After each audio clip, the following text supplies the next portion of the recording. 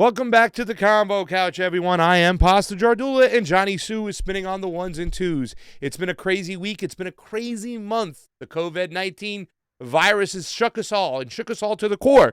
So today we have on a very special guest. Today I have joining with us, the Combo Couch, Elena Pop, and she is a lawyer and an advocate for renters' rights. She also started an ever-so-growing Facebook group called COVID-19 Tenants' Rights, hashtag on every fridge. Thank you for joining us, Elena Pop.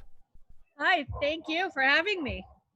Well, you know, I said this to you before the show started. We had some special guests on this week, but you are the most important guest so far because right now, everybody's scared. Everything has been locked down. Businesses have been shut down. We've been quarantined.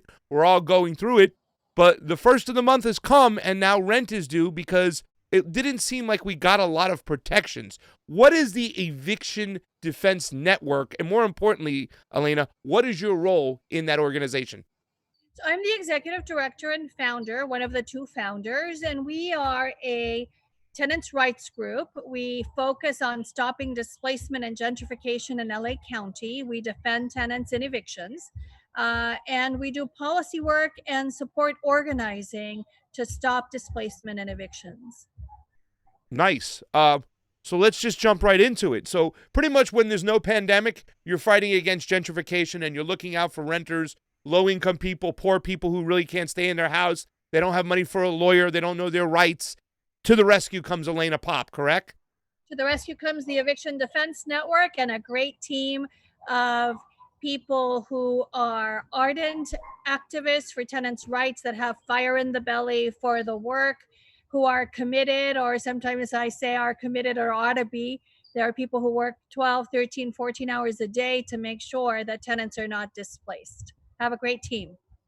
That's awesome, and thank you for the work you do because it's really important. What about the CARES Act? Everybody heard this hoopla about the CARES Act. I don't want to get into it politically, but what happened on the floor? What happened in the bill as far as evictions for rentals or mortgage payments for homeowners? Does the CARES Act protect us in any way? Well, eviction defense is available only for very limited numbers of tenants living in housing where the owner has certain kinds of federally insured loans. The most difficult time we've had is figuring out who qualifies, which tenants actually have that protection. And so what there is actually a link on the COVID-19 tenants' rights. There is a link to two pieces that explain that at least guide you through figuring out if that's a protection that is available for you. The CARES Act also put a whole lot of money out. That money goes out to the states. So what the states do with it is the thing that we all need to be working on. We need to make sure that that money goes to help the single mother with 6 children and not Home Depot. Okay, and we'll get more into that too as well. So what you're saying is in the CARES Act, very limited there. Nothing really for renters. Most of us in the states, especially here in California, we're renters. So you're saying there's really no protections in the CARES Act for us? Not for you, probably. Some protection for tenants in public housing and subsidized housing, some protection for tenants living in housing where there are very limited federal loans. Minimal then.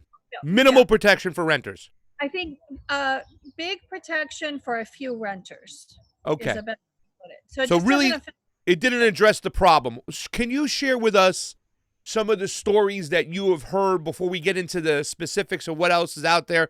Share with us some of the stories because the fact that you run that page, you probably have heard some heartbreaking stories. And I'm already seeing some stuff that even though the courts are closed down, that landlords are still trying to bully people into paying rents.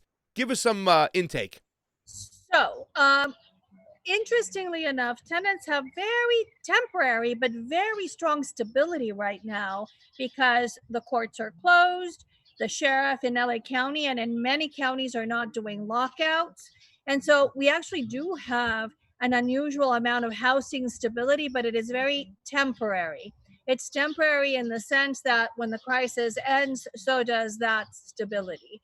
And so, in the state of California, for instance, the governor has issued an order. Actually, you wanted stories. Let me tell you stories. Uh, Please. we're getting a lot of calls both on our Ask an Attorney at edn.la, which is an email service, and also on a hotline that we have. People just simply afraid that they're not going to be able to pay their rent. So we're counseling people on what to do if you've lost your job and you're not going to be able to pay the rent. But part of what is happening is landlords are just as stressed out as tenants. And so there is a high level of harassment happening, and landlords insisting on the rent, even though the tenant doesn't have it, threats to lock people out, threats to shut off the utilities if you don't pay, demands for proof that tenants don't have to provide under the current emergency measures that have been passed. And in the last several days, I've dealt with way too many actual lockouts and actual utility terminations. In fact, as soon as we finish, I have to stop someone's water from being shut off Sheesh. tomorrow. And that is illegal in California. It violates the penal code and it violates the civil code. And it's a huge risk for landlords that do it. We just settled a case for $250,000 because our elderly client was locked out for 5 hours in the heat. And $250,000 is a lot of money for a mistake that a landlord makes because they're being a little draconian and they don't know the law. So if you don't want to meet me after the crisis is over in court, don't lock your tenant out and don't shut off the utilities. Some of that fear is coming. Well, the tenant's not paying the rent. How am I going to pay the utilities? In most of our local jurisdictions, city councils have passed measures that the power will stay on, the gas will stay on, and the water will stay on. And so that landlord can get a forbearance. And then we'll see how it all fleshes out in 2 or 3 or 4 months. But do not shut off the water. Do not shut off the gas. Do not shut off the electricity, and do not lock your tenant out unless you want to lose a big case to a lawyer like me. So we are having situations there where people, the landlords themselves, I think, are freaking out. There are a lot of homeowners who aren't like uber rich, but they depend upon the rent to pay the mortgage. Most of them are in California probably getting a high rent, so they get a little bit of a lax kickback. So I think that after this crisis, then maybe we'll see some of these rents go down because now they're going to have to negotiate stuff just to hold on to the property if they don't want to lose it. Have you seen any situations where people are going around the courts to try to evict people by using a private company, and how's that working out? So we do have some companies that are going out, just knocking on the doors and pushing tenants. We have several buildings where there's daily 2-3 times a day door knocking, trying to get tenants to sign voluntary vacate agreements. That had started before the crisis and is being escalated during the crisis, and particularly after April 1st, with false threats of immediate eviction if the tenant doesn't sign that voluntary vacate agreement. So we're fighting that. I've dealt with several lockouts where the police refused to enforce the penal code and refused to force the landlord to put the tenant back in. So now we've got a campaign on our police chief to try to get him to enforce the law. So there are situations where the law enforcement is turning a blind eye to the situation and what's really going on, and they're using private companies. What should people do if one of those private guys knock on your door to get you to force stuff? What's your advice to people right away?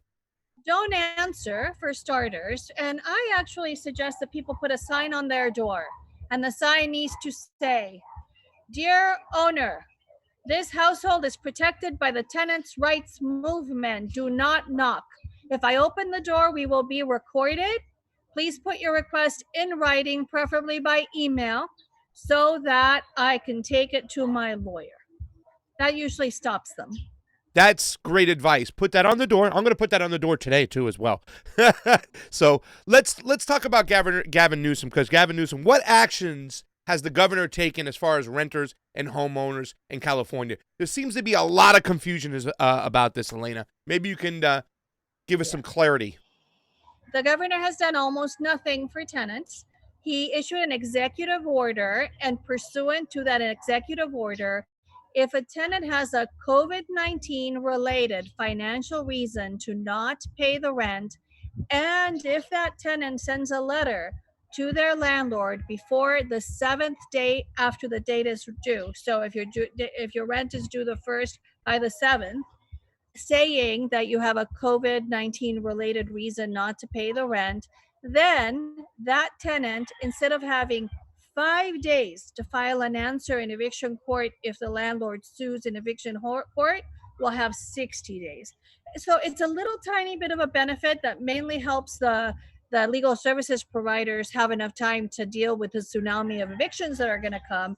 But it is not a defense to an eviction. It does not defer the rent in any way.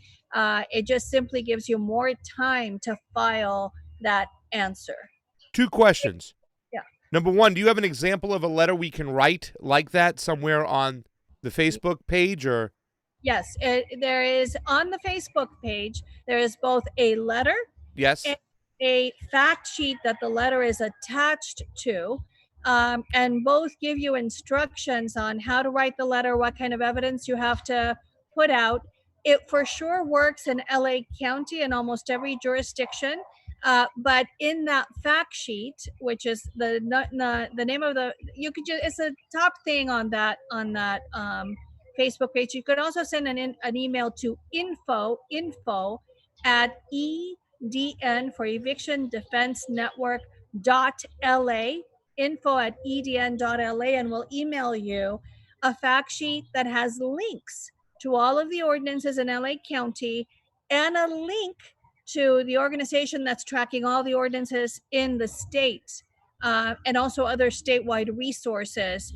And in it is a letter that works for just about every jurisdiction in LA County and instructions on how to figure out whether it works for yours.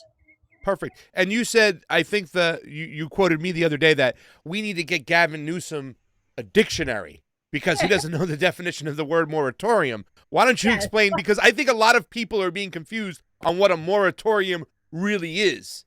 Well, a moratorium is an order to stop doing a particular activity. So an eviction moratorium would be a law that says stop evicting people. And what a moratorium would say, a landlord shall not issue a 3-day notice to pay rent or quit, a 30-day notice to quit, a 60-day notice to quit, or any other notice that initiates an eviction action. A landlord shall not file an eviction action in court. That's a moratorium. We started calling the electeds on the use of the word moratorium, so then they started using ban. Well, a ban is also don't do it. And none of them have actually are actual bans or moratoriums. They're more actually there are San Diego did their ordinance does say shall not, and the LA County ordinance is also very strong.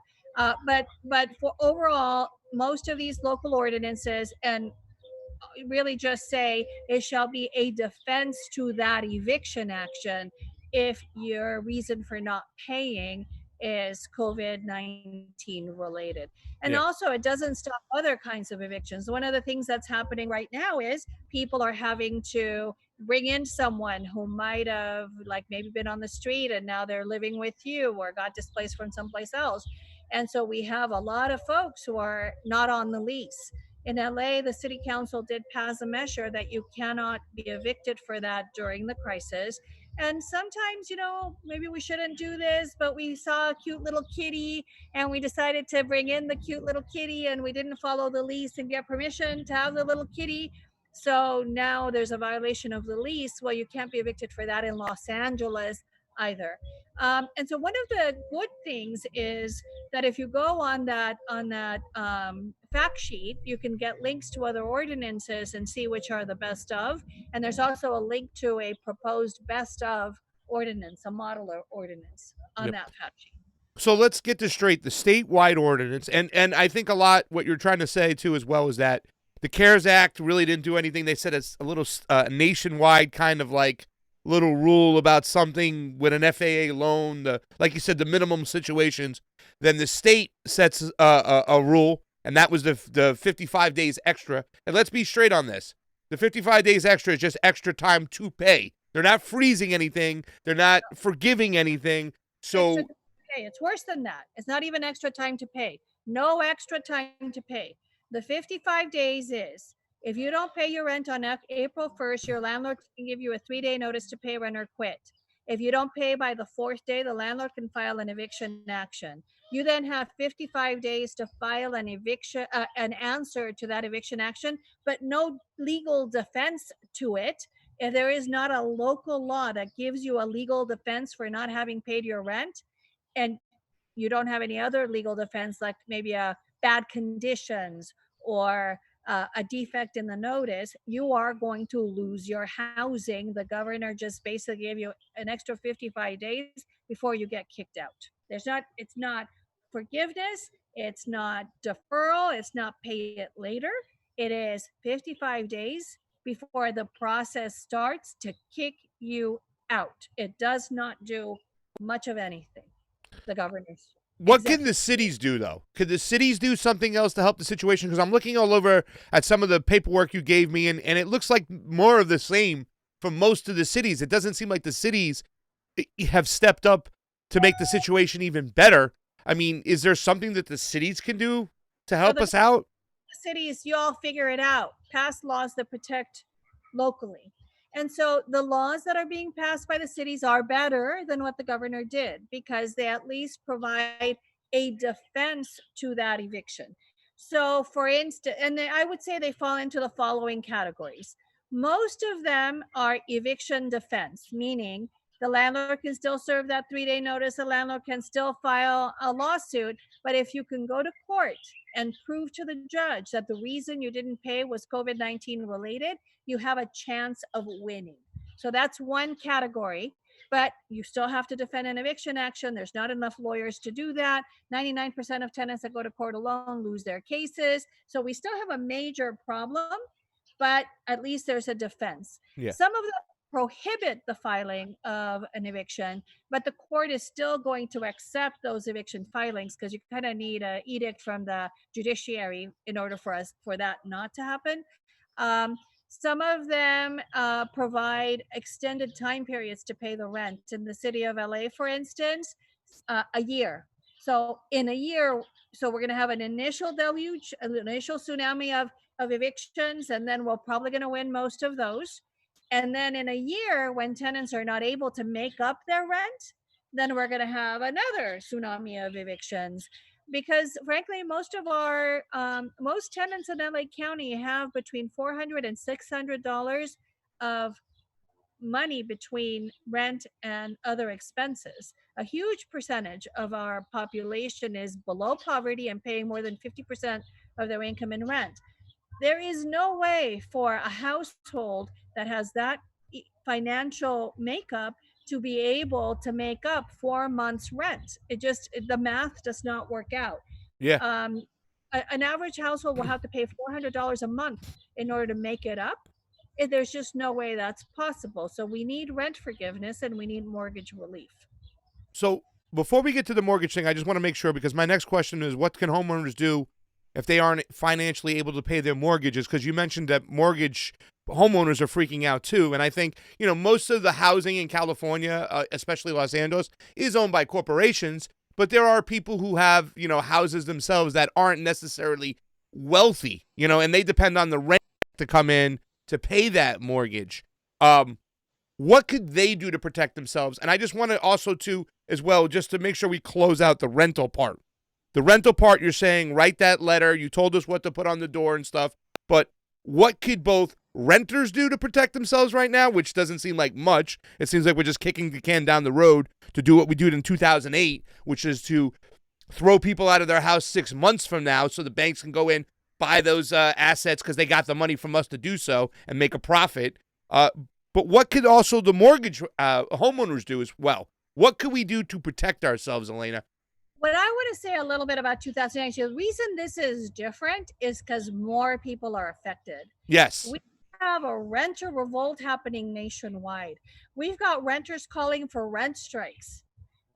We've got renters that are super politicized by what's happening. People who are not naturally political animals are affronted by these draconian letters they're getting from their landlords demanding the rent and demanding the proof and demanding all this on the threat of eviction, and it's politicizing a huge number of tenants. So I don't think we're going to have that same situation. In California, the Alliance of Californians for Community Empowerment has issued a call for a rent strike in May, Hmm. um, unless the governor gives us real solutions, which is rent forgiveness and mortgage relief. And there's a huge number of people are signing up for that because they're backed up against the wall. When you back people up against a wall, they will rise up. We got rent control in the 70s because of an economic situation that put people in Los Angeles and Santa Monica, Beverly Hills, Berkeley, and San Francisco up against the wall.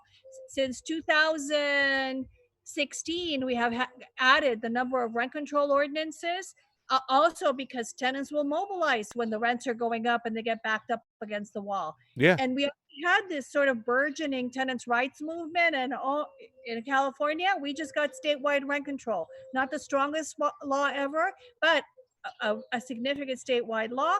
Why? Because people were backed up against the wall. Now people are backed up against the wall and have this health crisis happening. So believe you me, we are increasing our numbers every single day. And so it's not going to be like 2008 because too many more people are affected and being politicized by it. And so if you want to keep your job, elected official, you need to be listening to the voice of tenants. Yeah. Um, so, Oh, and, you know what? Let's and jump the gun. I'm going to move ahead of my questions and we'll circle back because you talked about a rent strike. So, I mean, just to clarify real quick, 7 days from having to pay your rent, send that letter to your landlord.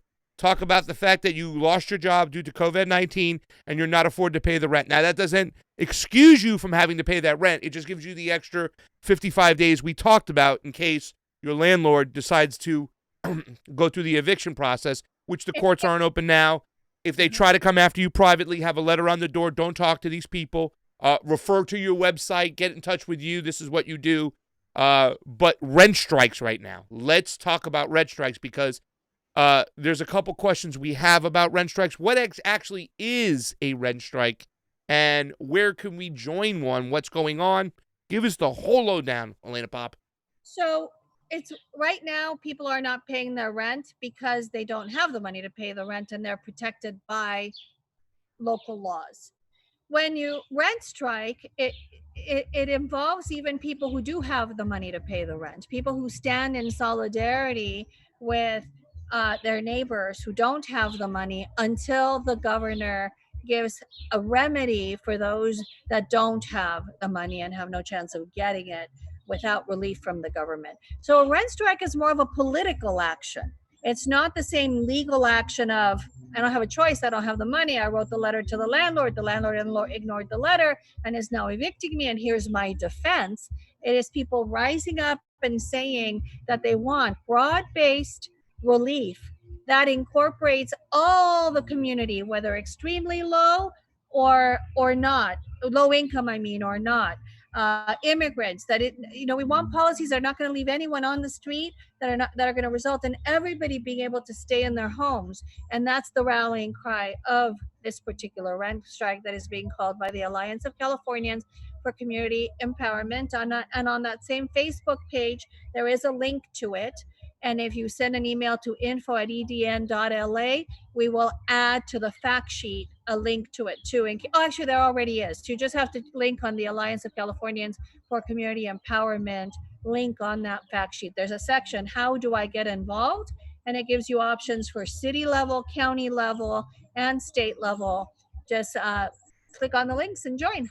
So it's like we get everybody, even the people who can afford to pay their rent, to not pay the rent, be part of this strike and solidarity until they change the laws to help us out as citizens across this country, especially in California. But do tenants put themselves at a greater risk for eviction if they participate in a rent strike? Is there a form of retaliation coming back from the landlord? No. So yes, people who rent strike, in other words, people who don't have other defenses to the eviction, do put themselves at greater risk because retaliation is not a defense in California. and probably in any state if you're not current on your rent. So it is definitely a political act. For just to be clear, the Eviction Defense Network will defend any rent striker, but we are not promoting the rent strike. We're just letting people know of its existence. And I will point out, sort of taking off my lawyer hat, that but for people taking risks, we would not we would still be segregated, right? We would still have segregated schools. There would not have been a civil rights movement. So folks need to look at their own situations and decide what they want to do. And what we are hoping is that between now and May 1st, the governor will realize that he has to pass broad policies that will ensure that every single Californian is kept in their homes after this crisis Yeah. by doing the requisite rent forgiveness and mortgage relief. Yeah. Well, he can't necessarily do like rent forgiveness, can Gavin Newsom? Because he can't instruct the banks. I feel like it's has to be done something federally for this to get done. Like, I feel that Congress needs to get their ass back to Washington, D.C. and call a 90-day mortgage and rent freeze, a real moratorium. Yes, I mean, that would be a real moratorium. That would be super helpful. That would be not confusing. Landlords would have a clear message that they can't be demanding rent and threatening their tenants and locking them out and turning off those utilities in order to force them. That would be a very, very good and clear message. well, when I run for office, you can vote for me then, and I'll make sure that happens. But listen, let's talk about Gavin Newsom's role, because Gavin Newsom did get a lot of money from the CARES Act. Now, he can't tell banks to not ask for the mortgage. Like we said, this is something that has to be done on a federal level. But he did get a lot of money from the federal government. Do you have some concerns about what Gavin Newsom's doing with the money, and what could he do with the money that would help the eviction and mortgage crisis across the state? Well, we don't have enough information yet about what he's doing with the money, because this was just a day or so. How much is he getting?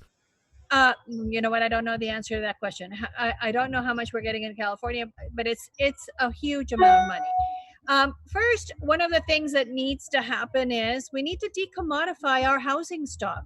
The reason we are in so much trouble is because a basic need is on the speculative market.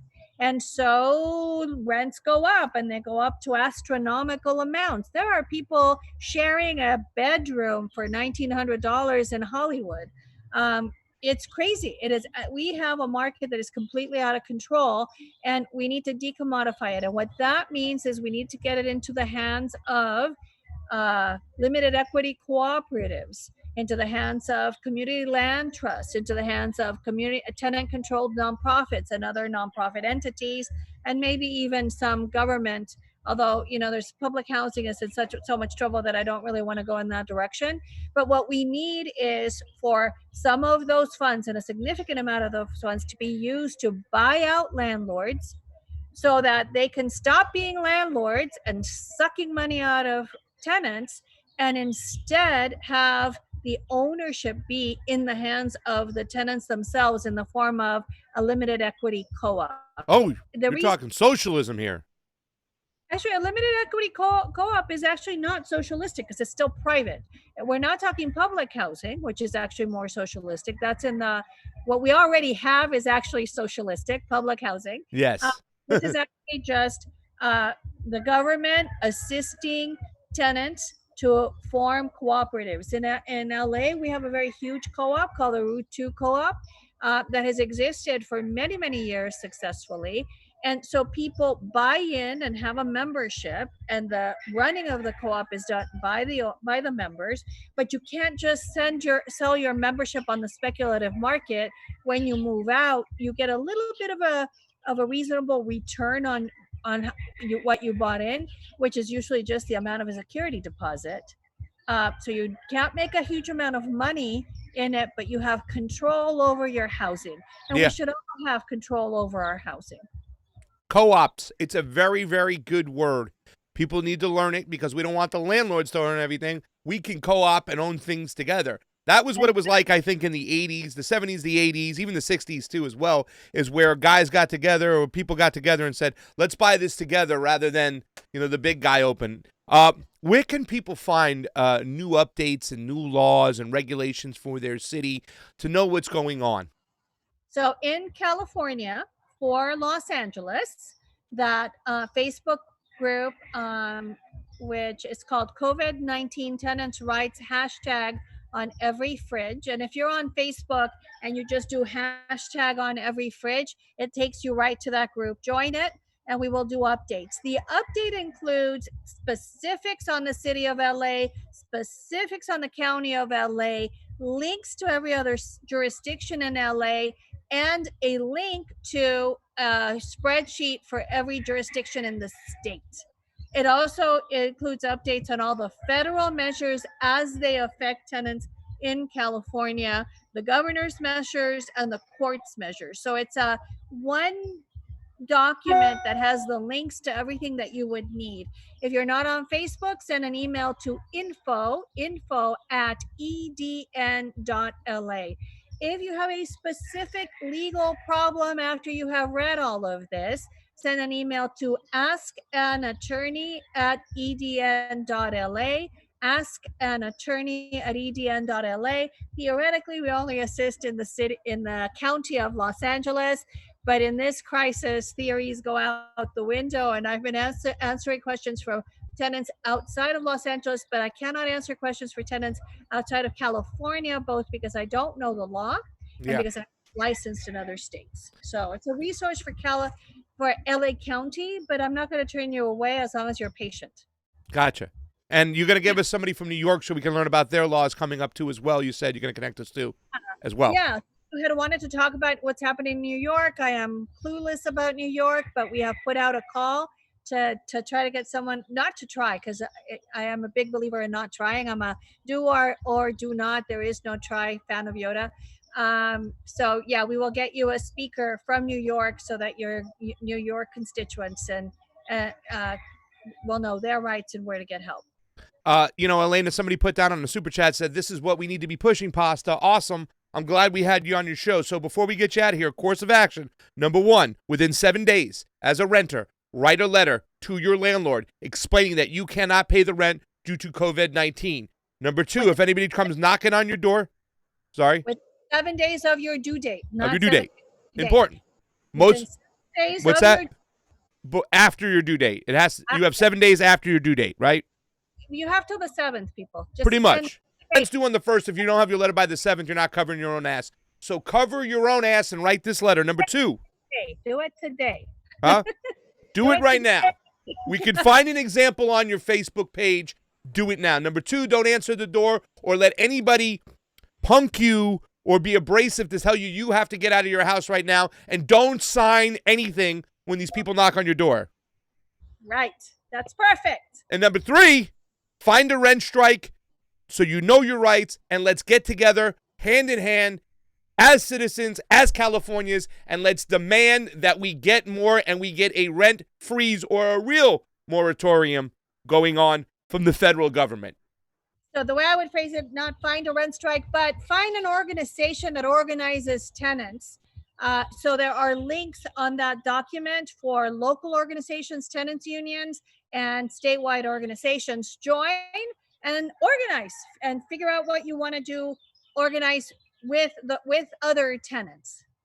Hey, thank you so much for joining us today, Elena. This was very educational, and I really do appreciate a lot of people are freaking out, and you're helping us out, and it's very important because this is the one area within the CARES Act I thought they ignored and they didn't do enough. I was hoping that the president, the Congress, or whoever joined in would say, hey, 90 days, let's freeze all rents, let's freeze all evictions, let's freeze all mortgage payments so we can get out of this epidemic hand in hand, this pandemic hand in hand, and go forth happily. And number 4 should be don't freak out. There is no reason to freak out. People who are freak out made bad decisions. Instead, get informed, get educated, read this regular report. The one that you want to look at is dated April 4th. I just put it on. Read that, and every time there are updates, read the updates. Don't skim. We're a skimming world, right? Yeah. We're a sci-fi world. Read the stuff and read it carefully. It's important information. Be educated instead of afraid.